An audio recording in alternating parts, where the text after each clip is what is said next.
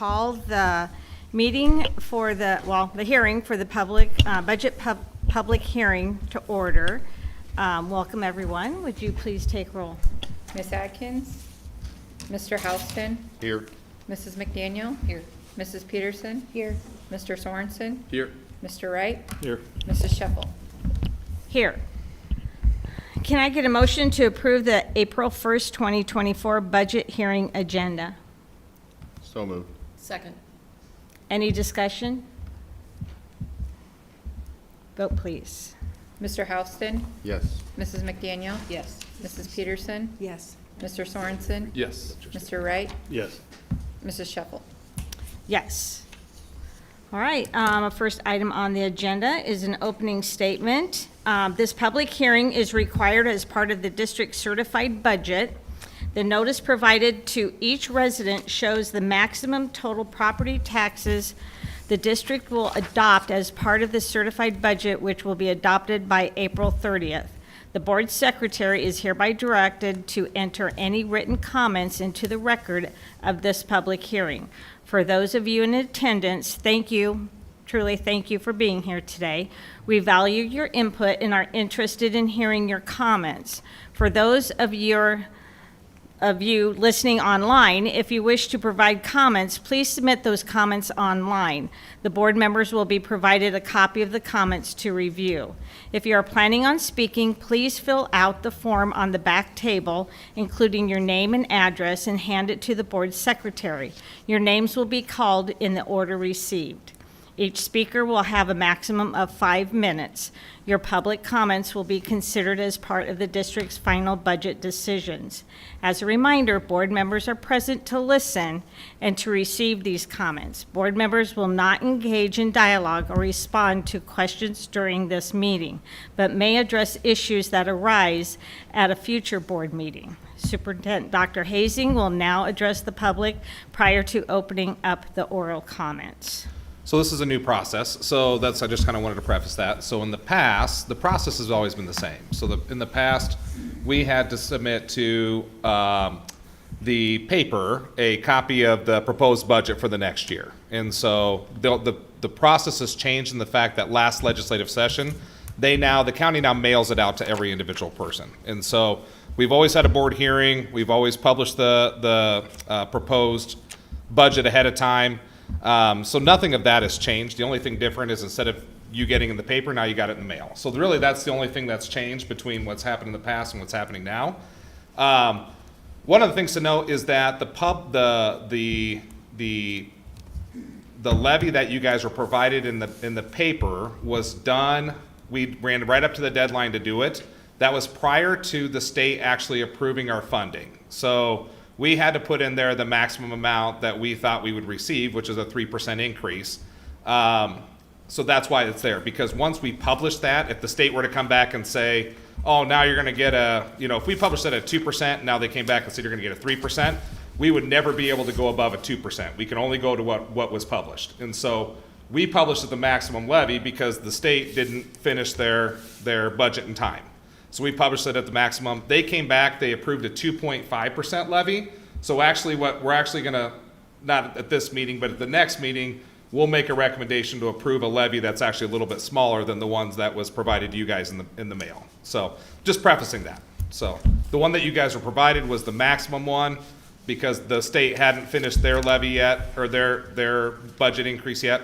The other thing to note is the board in general has very little say over the majority of the budget that's provided. So the budget that is provided, the state does it on a per pupil basis, and they determine what about 90% of that rate is.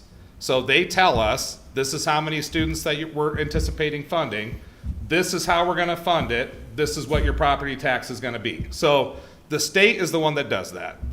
What the board really has access over are some things like the board approved PEPL, which is a 33-cent or 33-cent levy that the board can impose in order to pay for facilities and those types of things. So that's what the board can do. That's what they have authority over. And then there's a small instructional levy. Outside of that, the board really doesn't have any control over it. The majority of it is the state. So just to preface that. Usually nobody shows up to these, so I don't ever get to really explain that to people, so.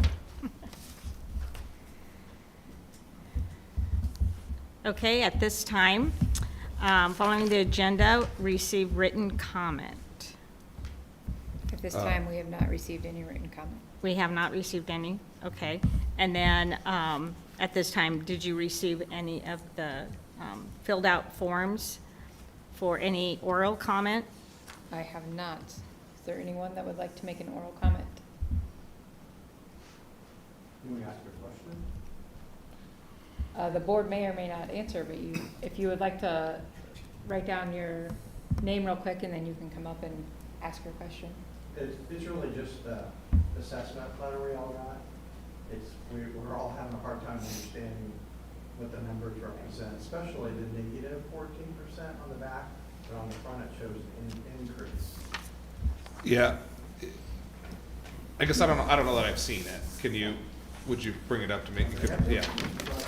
Sorry. There you go. You have the one right in front of you, Brent. Sorry, I think some of us are just here because we, just for clarification. Yeah. No, I got it. Sorry. Thank you though. Appreciate it. Yeah, That is the increase in the Gotcha. property valuation, Right. gotcha. presented as a negative. Gotcha, okay. So yeah, so what I can tell you is the only thing that we submit to the state, or that we submit to the county, is what our proposed levy is. So last year, our levy was $10.28 per thousand. The maximum that we submitted was a 3% increase, and so we submitted a $10.31 just as a placeholder. So what we're actually gonna come back down with a 2.5% increase would be something right along in line with last year. So really no change in the levy whatsoever. So from what we are proposing as a per $1,000 valuation levy. So that's what the state came back to us with. Outside of that, I think this confuses a lot of people. I think this was made in a good faith effort by the legislators to be more transparent to the property holders, to be able to say, here's what this means. Unfortunately, the delivery doesn't really give a lot of explanation. So we don't have anything to do with this other than we send them this line right here that says this is what we're proposing for a maximum tax levy. So last year was $10.28. We threw out $10.31 because that was going to be the maximum. Now it's going to be probably more in line with $10.28. So really no change from the school district's perspective, no change in levy from last year to this year. So the rest of it, like the property valuations and that kind of stuff, the district valuations like that, that's something that we'll have to go to, more of the county, so I apologize. We just don't have anything to do with that. I will say, if you look at our budget, one of the things that if you were to look at the breakdown, one of the things that had to go up a little bit was our management levy, because we're gonna get hammered this year on property casualty and work comp claim insurance. We have to carry it by state requirements, and everybody across the state is just getting hammered because of different things that have happened, and there's only like 3 total carriers across the state that will even cover schools. So unfortunately, that is something that goes back on, so, but that's really the only thing as far as our levy that really changes. We obviously didn't pass a bond in the fall, so like that's not on there. There's nothing else that's on there, so. Simple question, is this going to involve an election at some point? No election. No election, okay. No election, no community vote. This is simply, I think that's why this confused people, because this is simply our annual budget. We publish it just like this in the paper. What you see is usually just gets published in the paper every year. And then we have a hearing just like this, but nobody ever comes. So, and we publish it online. So I think like I said, I think it was made in a good faith effort to try to get people more involved and informed. I just don't know that it was necessarily rolled out that way. So I think it confused a lot of people. People thought there was an election. People thought that but there's none of that. It's just, this is our annual budget. And when you're a school district, the state tells you what your budget is. So, and they tell you how you're going to fund it. So, with a mix of property taxes and state revenue. So, So, this sorry, I understand some of this and some of this I don't. So this is a for sure thing? Yeah, this is our annual budget. We do this every single year. So in the fall, we voted either for this or not for this, but now it's a for sure thing? Not for this. This is a total, this is our operating budget. This is every year the board approves an operating budget. In the fall, that was for a new element. That was for like a total different bond package. That bond was voted down, so that's not included anywhere in here. This is just simply our base. This is the money we use to run the Yep. school. Yep. This is Otherwise, all- it has nothing to do with, you know, anything the else. bond, anything. This is just the annual budget that we use to run the school. Yep. And like he said, we have no control over the majority of it. The management fund, if that went up, it's because the insurance increased. We can't control that. And basically, since the state came in at 2.5% Yep, increase, 2.5. then really the levy for the school district, just what comes to us with that we use to run the district, isn't going to change from last year. Yeah, so it's the same. Sorry for the confusion. You're good. Thanks for explaining. Yeah, We appreciate you explaining. yeah, and I'm sorry I can't, further explain the document, but, the numbers is what I can tell you from us. But yeah, this includes no bond, this is, the community has to vote for that. This is just our operating budget. This is how we pay teachers and bus drivers and so. And this has been done every year for 60 years. So, it's just the first year they ever mailed you something. Right. Yes? How is the teacher's raise, does that affect this, or it's, that was signed into law last week? No, so that's kind of a mix. So the teacher's raise, when they approved the teacher's raise, that was partially funded with what they call teacher supplemental salary, which is just it's just state pots of money. It has nothing to do with our levy at all. It's the state is giving us that pot of money to increase the teacher salaries. So the 2.5% that they approved as far as a funding increase for us, that's what affects this. So they approve a 2.5 funding, and based on your school and they have a formula that goes in. So like if you're a property rich district, then the property taxes pays more of your school bill. If you're a property poor district, which means you probably don't have a lot of industrial, you're more agriculture, et cetera, then the state pays a bigger percentage of your total amount. Once again, we have absolutely no control over that. They decide who's property rich, they decide who's property poor, and they use their formula to send us the numbers. So. All right, with that, we will go ahead and can I get a? You We guys need have to any other close. questions first? Yeah, do you have any other questions? Okay, otherwise we'll go ahead and close the hearing and I would need a motion to adjourn. So moved. Second. Any discussion? Vote please. Mrs. McDaniel? Yes. Mrs. Peterson? Yes. Mr. Sorensen? Yes. Mr. Wright? Yes. Mr. Houston? Yes. Mrs. Sheffel? Yes. And I would encourage anyone, if you do come up with a question, Yeah, I'm Give 'em a available call. all the time. I'll meet you wherever. So, Oskies, Yeah. anywhere. So, no, just joking. Not really. he has the figures basically memorized a lot of times. I can't keep everything straight, just in my memory, but he would have the information that we can get the answers to you. Might not like the answers, but I don't we know. I have like a the lot of answers. questions. So. I know. We don't either. I have a question that I'm sure you're probably not gonna be able to answer, but I'm gonna ask it anyway. Why the heck did they set this meeting up tomorrow for our property taxes at 10 o'clock in the morning?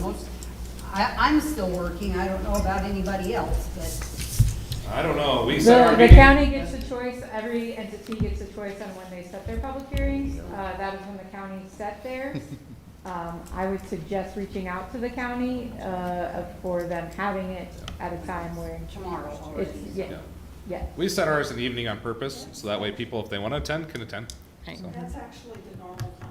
Is it 10 o'clock? And I know most people can't go if they're working. Yeah. But that is the normal time. Gotcha. Okay. Okay. You're welcome to stay. We have a meeting starting at 6:30. Our regular board meeting. You're welcome to stay, but we're not offended if you do leave. Yeah. That's okay. Thank you guys for coming and asking Yes, questions. thank you.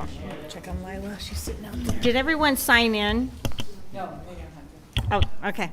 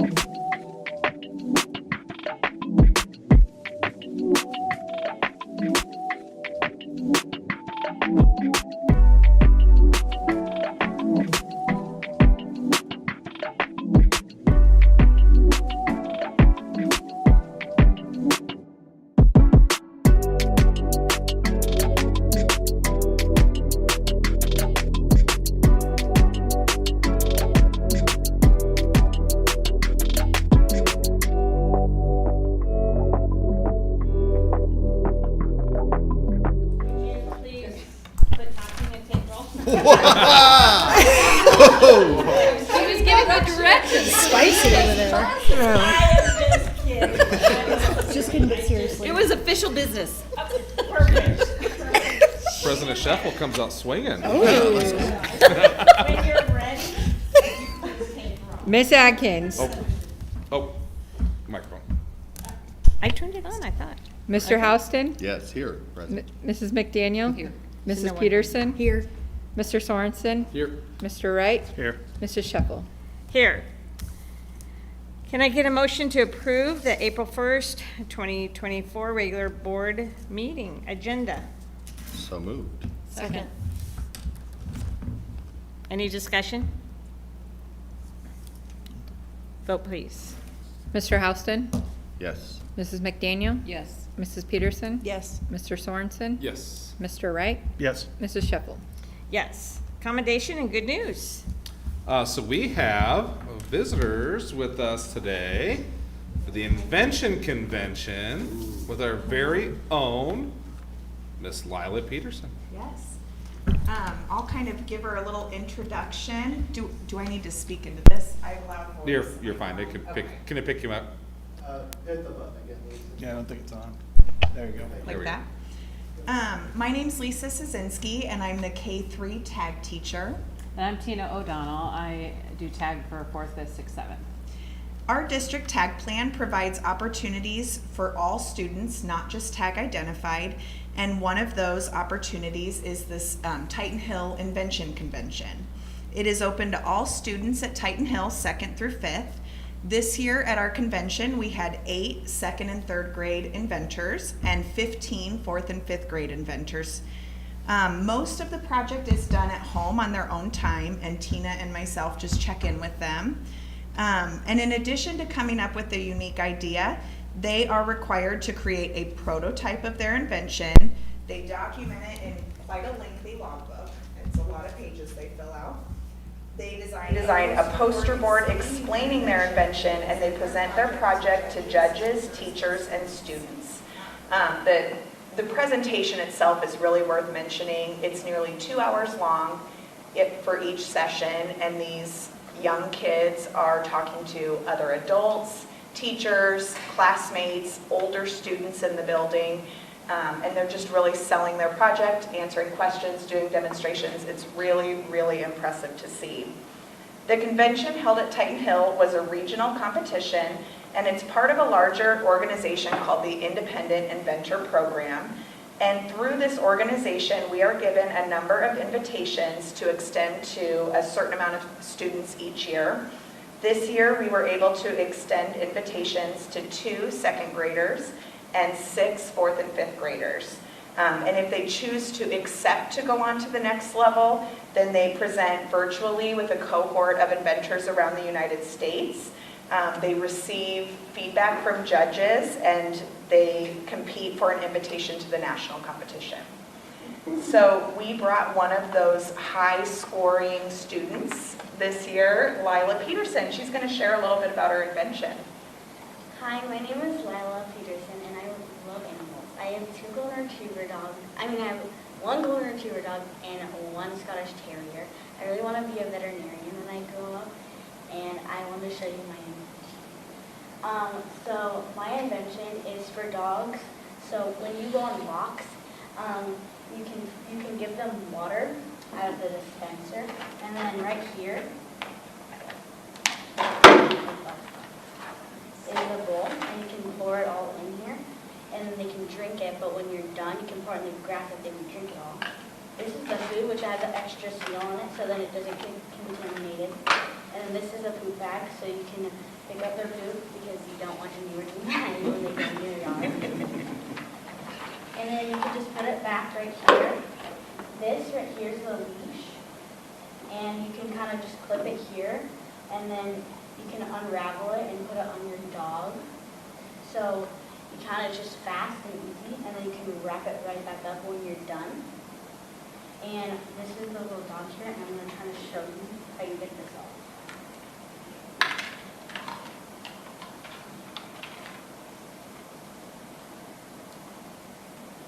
And and you just kind of clip it on there, and then you can go and walk. I want to extend the leash because for bigger dogs, but for Lucy, you can walk her really fast. And also, I kind of just made this because I wanted everyone to kind of have a nice experience on a walk instead of just kind of waiting till you get home. So that was what my invention was for. Very cool.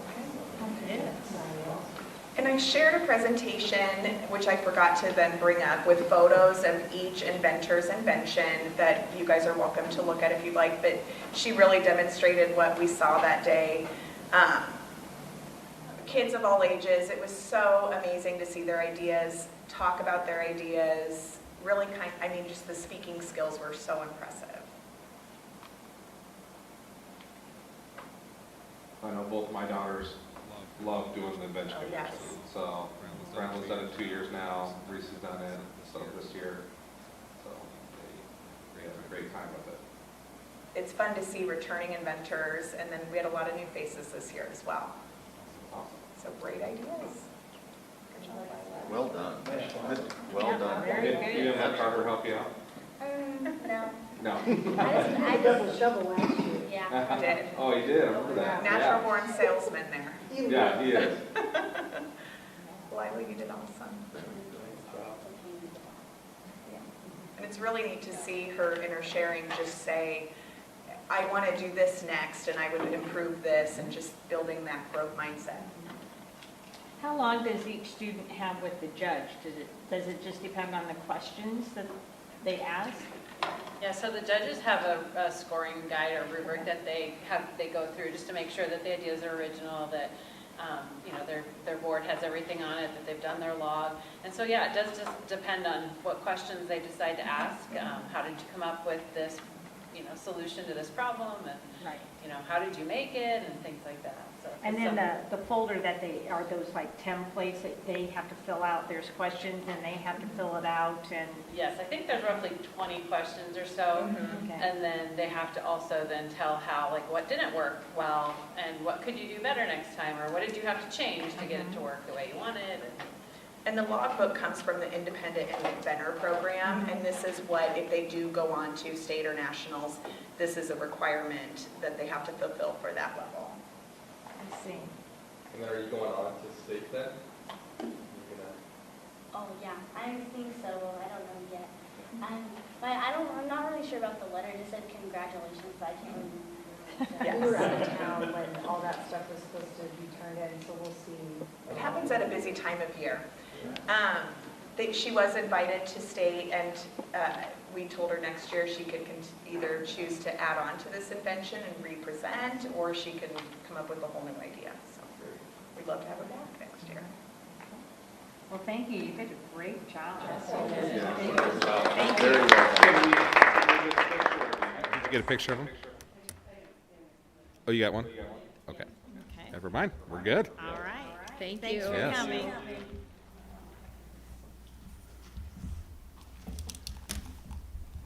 All right. Any other commendation and good news? Nope, they kind of took my spot this Okay, well, last week was a quiet week since everyone was on spring break. Yep. Okay. All right, we'll go then to our comments and suggestions. This is the portion during our agenda that anyone online or anyone in the audience can address the board. Okay, hearing none, we'll go on to our consent agenda. Can I get a motion to approve? So moved. Second. Any discussion? There is an updated personnel sheet. Oh, thank you very much.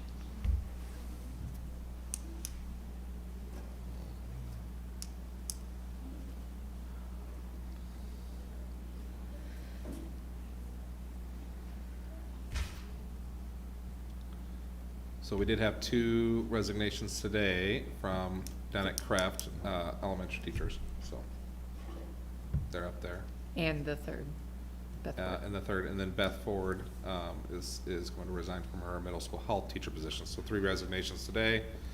We still are looking for middle school social studies and high school science right now. So anybody knows out there in the online world, if you're a high school science teacher, we need you. Are Come- those, come to us.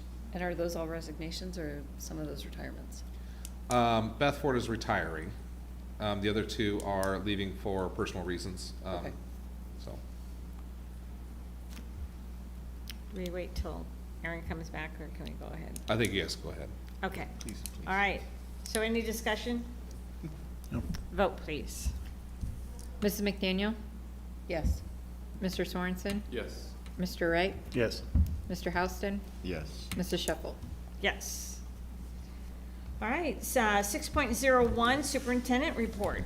So a few things here. One, we're getting ready to geared up to do our Iowa assessment testing the next few weeks. So that's kind of big time. It's kind of a big time of the year for us. We have the plans are finished for the welding, new welding shop area. Now we just need to figure out how we get those the work done in there. You know, some electrical, some wall building. So we'll be putting some stuff out to bid here shortly. Summer planning, we're still planning on some summer work. I'm waiting for some numbers to come back in to determine how much, but I would anticipate by the next board meeting, April 15th, I'll have a detailed document for you guys that spells out all of our summer work that we're anticipating, above and beyond the HVAC and roof work that we're already going down that path. So just so you guys can see and so you guys can have, you know, final say before we start committing to those projects. So, and that's usually things like flooring, pavement work, a lot of technology work, cameras, and those types of things. So that's kind of our yearly maintenance stuff that we do. And then bus. So I'll also be bringing a bid to you guys for some bus camera stop arms. So last year we purchased 6 bus stop arm cameras for kind of our routes that stop on highways, so we can kind of stop those cars from going around our buses. Well, we're still having issues on other buses, so we're gonna go ahead and make a recommendation to install the stop arms and the cameras. Well, stop arms are already there, but the cameras on the remainder of our buses, just so that way when we do have those issues, it is against the law to drive around a bus that's stopped with the stop arm out, and that's for safety reasons. So we want to make sure that we, you know, are able to hold those accountable who do it, because all it takes is one time for somebody not to obey that, and then we've lost a life. So it's more or less so we can, you know, hold people accountable and make sure that they're stopping. The next thing we have is our new buses. So our new buses arrived, and they were not up to Iowa code. And so that was an agreement that we had with the bus company that sold them to us, was that they would do all of the things that our code requires, which is we require some special glass and some certain features on buses that other states don't require. So they came without the features. So they actually came all the way back up, drove them all the way back down to Oklahoma, fixed everything, and now they're back up here, and we currently have them, and so they're good now. But we do still have an issue of, if we want to purchase new buses, they're still 12 to 18 months out. So I'll also be bringing a bid to you guys to approve some buses that we probably won't see until the 25-26 school year, but we got to order them now if we want to get them by then. So that just kind of keeps up on making sure that our buses are rotating in and out, so we keep, you know, relatively newer buses. I'm not about new, but newer. We got to make sure they're functional. If they're down all the time, that doesn't help us. So, and that's about it. Okay. We'll go on then to our discussion items. 7.01, Titan plastic equipment purchase. So Dustin Kern and Nathan Van Zanti, they received another STEM Best grant. You guys approved that. That was in the last board agenda. So they have some equipment that they want to purchase with that. And so there was 3. So basically what they want is they want to buy a polymer ID analyzer with grant money. They received 3 bids. The Thermo Fisher bid was for $22,663, and I just realized now that I didn't actually bring those bids in here. So if you guys want to see the bids, I can run and get them. Otherwise, it's $22,663.42 for the Thermo Fisher one. That includes a computer. The other bids were for Perkin Elmer for $31,000, $31,100. That did not include a computer, and Brucker for $29,358.74. That one also did not include a computer. So, like I said, this is grant money that we got from the state. So that's what they want to purchase, that polymer ID analyzer. So what it does, I believe, is analyze polymers. Oh, the ID. Yes, IDs and analyzes the polymers. Yes, So, yeah. I don't know. This equipment that they have is super cool. Like, they're getting to the point where they're going to be able to break down not only plastic bags but other plastics into reusable materials, and like they'll be able to partner with companies and print like these big sheets that they can then donate or sell to these other companies that then they use the sheets to make different products. So like those custom benches and those types of things that are plastic. So it really is pretty cool. We just turned in our STEM, or our grant to Iowa West, our end of the year grant. And so far this year, they're anticipating finishing with about 150 pounds of plastic that they'll have recycled this year. Just for reference, moving forward, they're guaranteeing a minimum of 500 pounds of plastic bags. When you think about a plastic bag, 500 pounds of plastic bags is a lot of plastic bags. And they're hoping to hit, over 1,000 the following year. So like that. Do they need anyone? I have some. They will probably start reaching out and getting as many plastic bags as they can, so Okay. it's pretty cool. Nathan Van Zanti is going to be moving on. He and his wife are moving to Des Moines or Ankeny area. So, but Dustin is going to run the plastics program. I will say one cool thing about the plastics program is prior to it turning into a class, they had about 25 kids a year in the plastics program because it was a club. It was after school club. We just submitted in I think this year 275 kids will have been involved in the plastics program, because now that it's a class, they have several different classes that are doing the plastic stuff. So that's pretty awesome. So, and it's called advanced or plastics manufacturing. And so it's not just about recycling, it's about learning the skills needed to then work in a manufacturing or textile industry. So super cool. Absolutely. Is that something we want to take into the high school at some point in time, or is it middle school? Yeah, one of our partners is Central Community College out of Columbus, Nebraska, and they really want us to make it into a high school program, so then they can pull, our kids into their program, because they have a very large program there for that textile manufacturing. So I think eventually we could go down that route. I promised the high school that we'll focus on making the changes we have coming down the pipe first, as far as welding and maybe some scheduling stuff, and then we'll continue. Every year we'll add something different. So, that'd be for future consideration. But. That's cool. So does anyone need to see those bids or have any questions on this? So there's a lot of pages. I was going to scan them, and I'm like, oh my goodness, it's going to make the packet 700 pages long. So then I'm like, I'll bring copies, and they're sitting on my desk. So.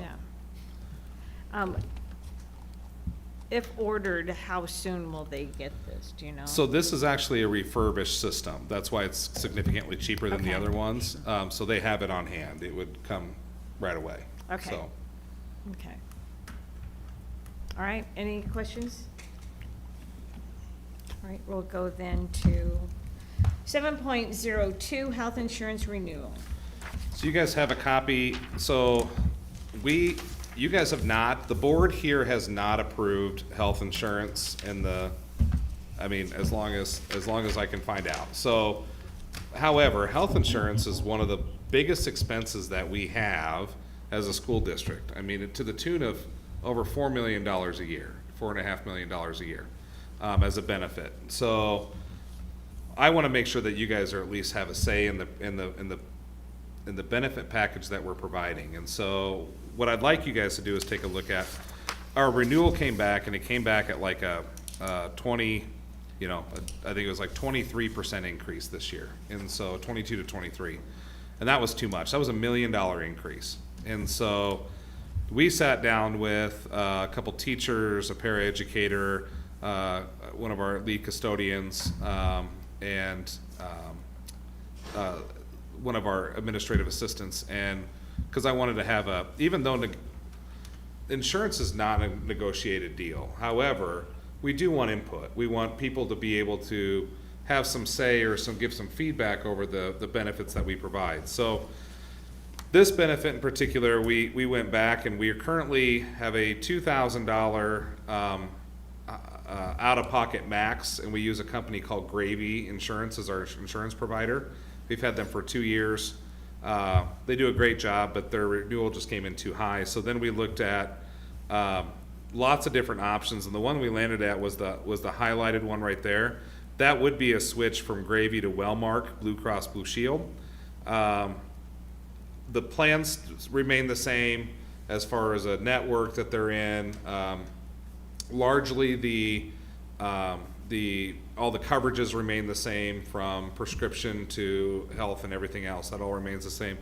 What changes is we will go from a $2,000 out-of-pocket max to a $3,000 out-of-pocket max. It's still a very good insurance policy. It's still, we talked about it with that group, and they understand the situation. We just can't afford the current plan that we're on. So looking to change it. It's still an increase of about $500,000 a year, which actually is in line with the budget that we are projecting to receive as far as funding from the state. So it'll all balance out. I was hoping to get it under 600, would settle at 650. So we got it down to about 550. So as far as an increase, so it's actually better than what we would have anticipated it coming in at. So what I'm going to ask for you guys to do is officially approve the change from the $2,000 deductible to the $3,000, or not deductible, $2,000 out-of-pocket max to the $3,000 out-of-pocket max with Wellmark. So To clarify that, on our agenda, it's stated as 25 to 35? Yeah. Is it actually 2 to 3? it's 2,000 to 3,000. I Okay. was thinking, Thank that's you. my fault. I was thinking 25 to, she actually corrected me today. She's like, no, it's not 25, so. And that's what I thought, so perfect. Yes. Okay. So it's going from 2,000 to 3,000 out-of-pocket max, yep. And that would actually kick in July 1st, but they would give us credit for, Wellmark would give us credit for whatever we spent to that time. So like, we run January 1st through December 31st for our Okay. coverage. So like, I just had shoulder surgery in February, so if I'm gonna have anything else done this year, I better get it done before July 1st. So otherwise I'll have to pay another $1,000 out of pocket, so, but. Okay. All right, any questions? Okay, thank you. We'll go to 7.03, preschool schedule change for the 2024-2025 school year.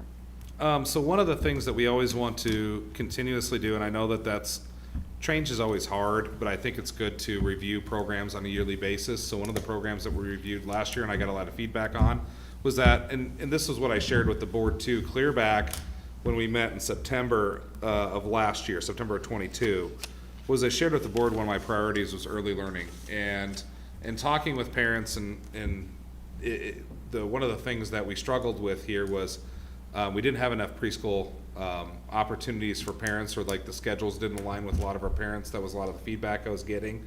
It worked for some, it just didn't work for a lot. We didn't provide any transportation for kids. We started at different times, ended at different times in the regular school. So like right now, if you have a first grader or a kindergartner, you'll take them down to craft, you'll drop them off, and then you gotta wait 20 minutes before you can drop your preschooler off.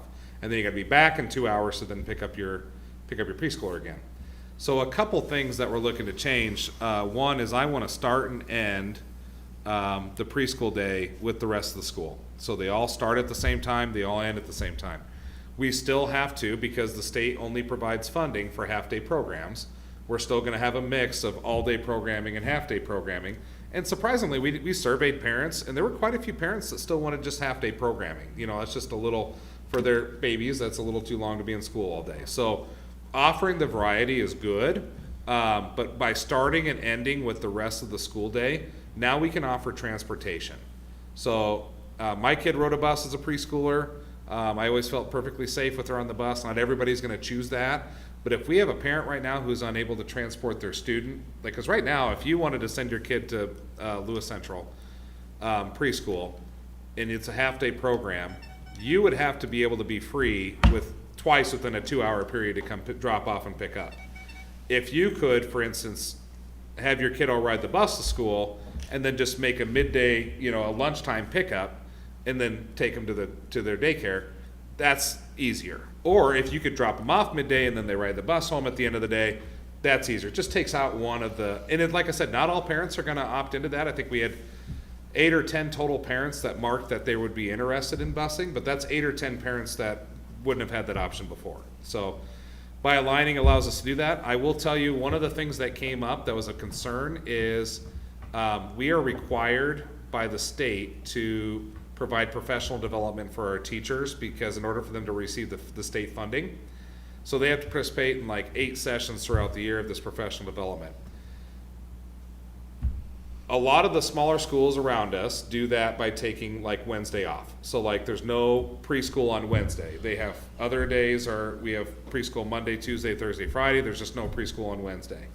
And so that was one of the options we threw out to parents. We also threw out an option of having like 2 Fridays a month, and then the early out Wednesday, every Wednesday. And what the parents came back, and 29 out of 46 people that filled out the survey preferred this schedule. And then I think there were another like 9 or 10 people who this was their second choice. And then there's, I think, 3 total people that said this schedule doesn't work for them at all.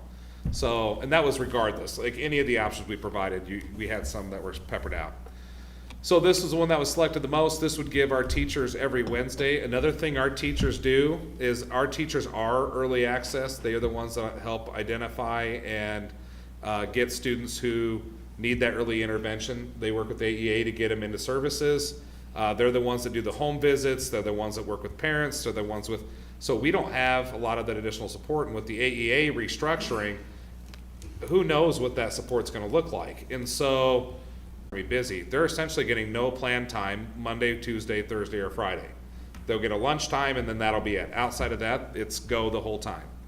Right now, they get their planned time because they have that 30 minutes in the morning, 30 minutes in the afternoon, and then they have time in the midday for their planning time and to make those phone calls and et cetera. So we're just essentially consolidating all of that time to every Wednesday. So it worked great for us in Missouri Valley. I know it works well in a lot of other districts too. It's just unique to Council Bluffs general. Like Council Bluffs Public doesn't do this. I don't believe Trainer does. Well, Trainer just started their preschool program. So that's kind of that's the difference right there. The teachers feel supported in this.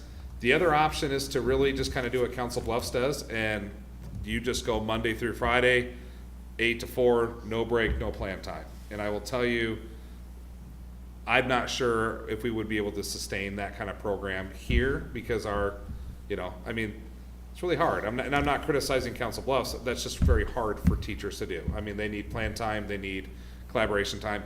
And in Council Bluffs, they have other resources. They have full-time AEA personnel working in their buildings that do a lot of the family connections, early access, that kind of stuff.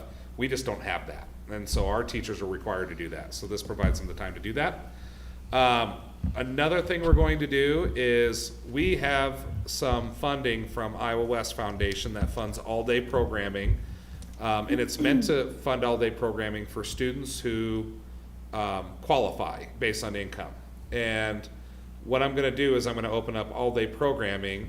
First of all, you're going to have the students who are on IEPs or income-based will qualify first for all-day preschool. And then if you are just another resident student here, then it'll be extended to you to have an opportunity to then basically pay a tuition rate for the other half of the day. So then your child can come all day as well, so beginning to end of the day. And then once we're full, we're full, and we'll kind of do that on a as they signed up basis. So If we run out of resident students to do that, we will open it up to open enrolled students to be able to pay the tuition to opt in. That just helps us pay the bills. So, and to be honest, I want all of our programming filled. I want all of our all-day programs full with a maximum of 16 students. I want all of our half-day programs full. So we're just changing up the structure in order to get it, so. Does preschool have access to before and after school? They do not right now. Okay. No. One of it is we don't really have enough space. Like, we're Yeah. so full with our kindergarten through 5th grade. The other thing is when you drop below 5, it's a different staffing level. So Calculation, okay. yeah, so we could do 1 to 12 right now. That would be 1 to 8, so we would Gotcha. require more staff. Yep. So.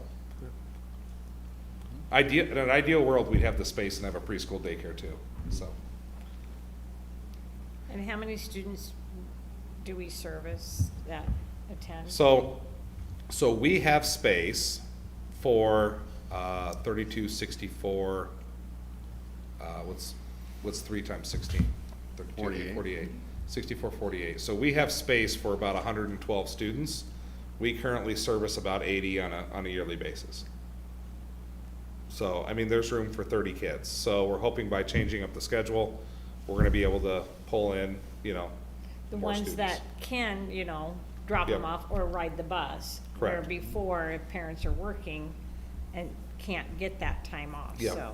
So, that's all we can do is offer access. Right. So, yep, hopefully, So this is going to affect next school year? next school year, yeah. Have we already had enrollment or sign up for pre-K right now? So we had our child fair, and that's where we put out the survey. We communicated with our parents that it would look different next year.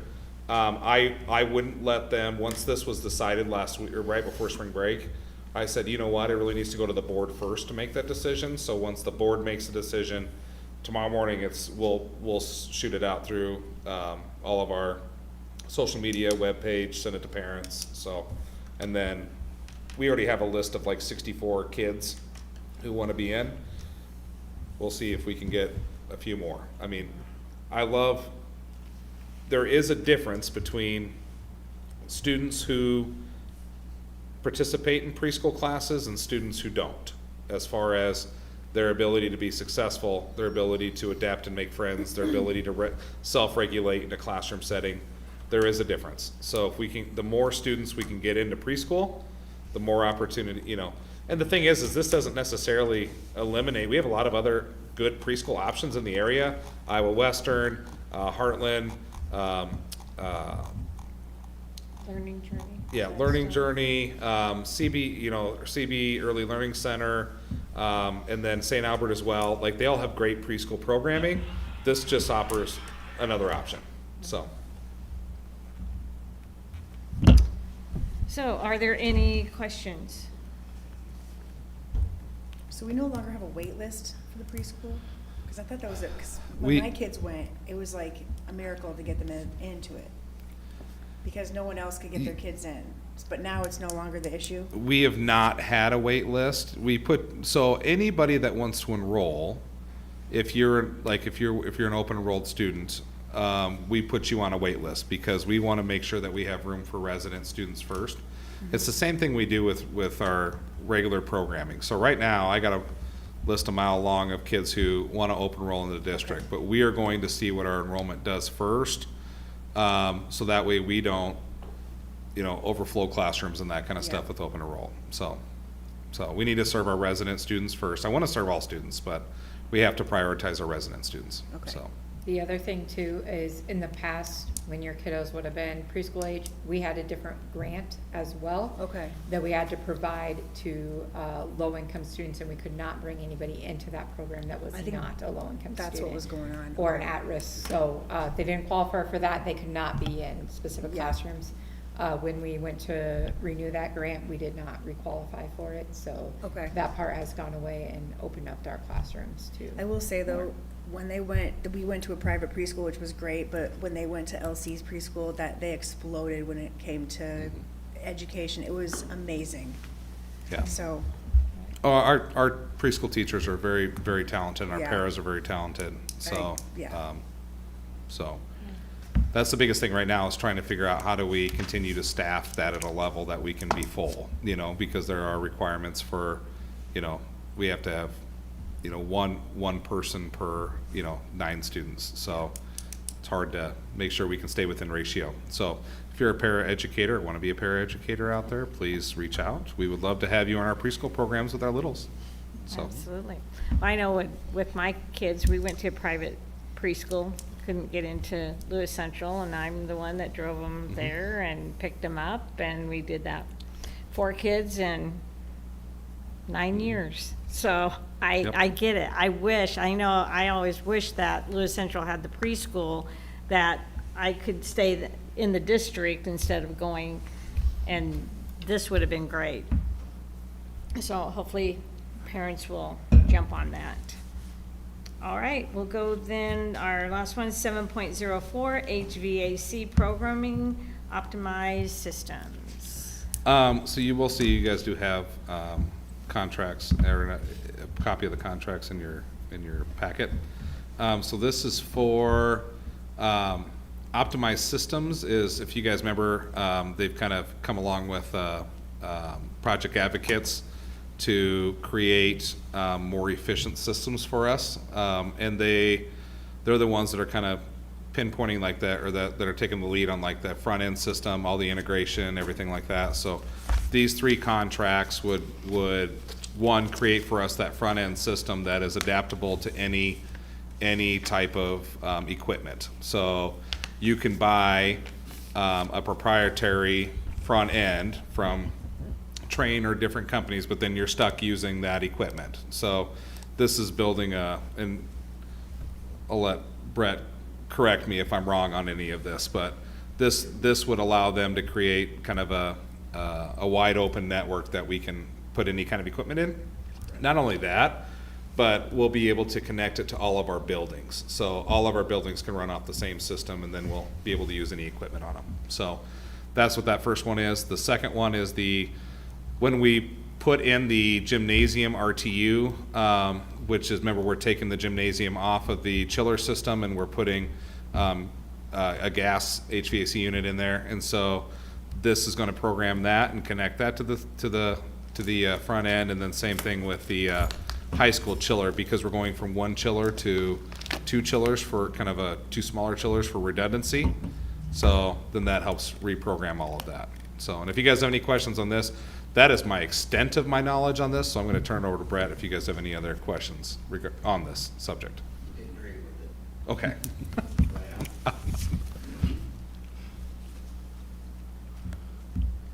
Does anyone have any questions on this? Makes sense. I'm trying to think of some questions, but the high school is going to be the start.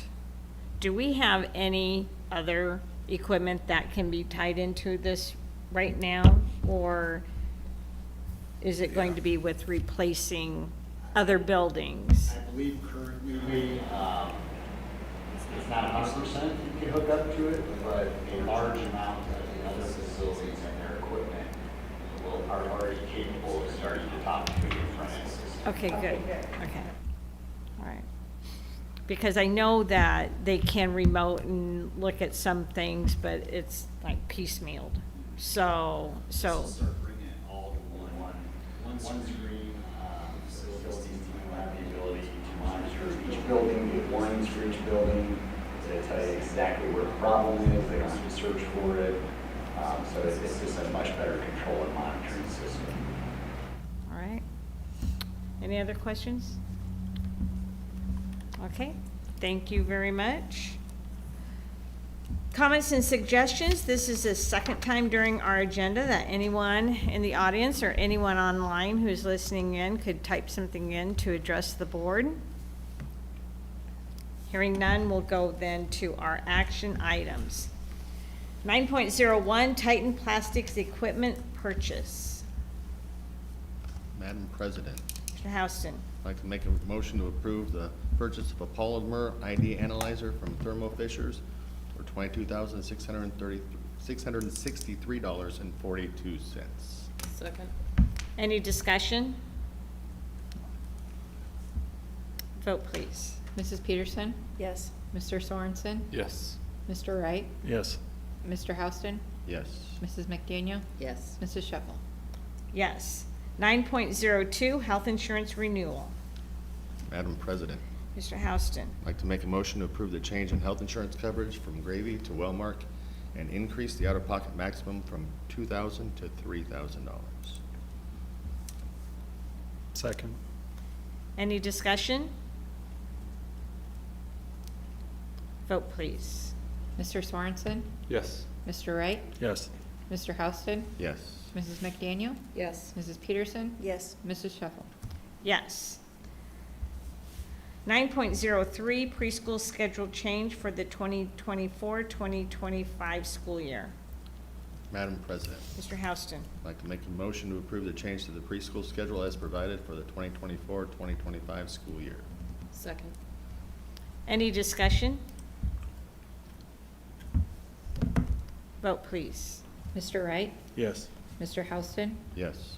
Mrs. McDaniel? Yes. Mrs. Peterson? Yes. Mr. Sorensen? Yes. Mrs. Shuffle? Yes. 9.04, HVAC programming with optimized systems. Madam President, Mr. Houston. I'd like to make a motion to approve the following HVAC program bids from Optimized Systems. A front-end system for $46,200. Gymnasium RTU replacement and integration in the amount of $14,300. And the high school chiller replacement and integration for $14,700 for a total of $75,200. Second. Any discussion? Vote, please. Mr. Houston? Yes. Mrs. McDaniel? Yes. Mrs. Peterson? Yes. Mr. Sorensen? Yes. Mr. Wright? Yes. Mrs. Shuffle? Yes. Items of interest, future board meetings. Our next regular board meeting will be April 15th, 2024 at 6:30. Is there anything else? No, that's it. All right, okay, with that, can I get a motion to adjourn? So moved. Second. All in favor, say aye. Aye. Aye. Opposed? Please say.